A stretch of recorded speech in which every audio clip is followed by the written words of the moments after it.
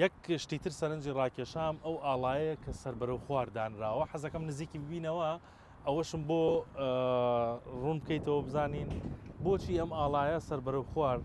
دانراوە یعنی دەلالەتە لە چی لە مۆنۆمنتەکەیە. ئەو ئاڵایە ئەگەر سەیری بکەی جارە پێشەموت شێمە لە پۆڵای ڕق دروست کراوە باش شوشەشی لە بانایە دایان ناوە خۆی ئاڵا دایمەن ئەبێ بەرز بێتن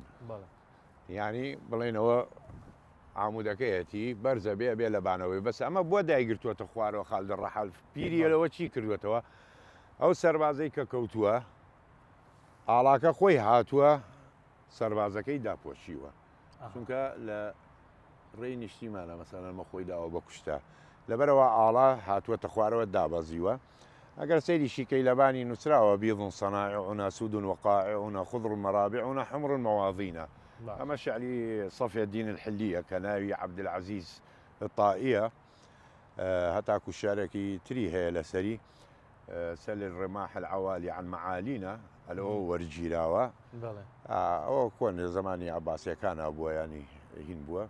يترام آلايا معناي أويا كبوشوازة بس وەکوتم دەرگاکانی هەمووی شکاوە داخراوە ناتوانانی لە خوارەوە مۆزەخانەی تایە کەلوپەلی سەربازی تایە بڵین پارچەی کراشن متخوذەی فڕۆکەوانی ئیسرائیلی تایە کە لە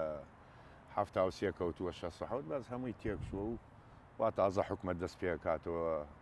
ڕێکێ خاتەوە بۆی خەڵک بتوانێت بیبینێتن